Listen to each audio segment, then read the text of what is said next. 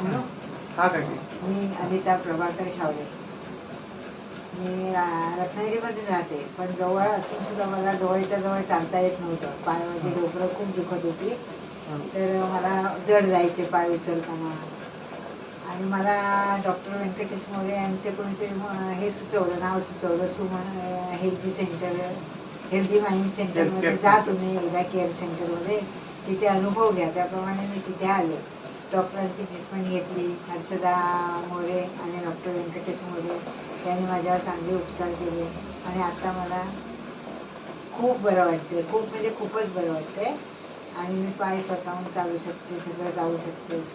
नाही तर मला मदत लागायची, हात धरायला लागायचा. इथे आल्यावर मला खूप फरक पडला.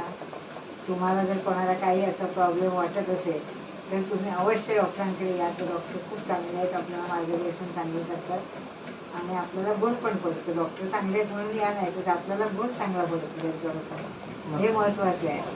तर या तुम्ही सगळ्यांनी तिथे या, कोणाला प्रॉब्लेम असेल तर. बरोबर.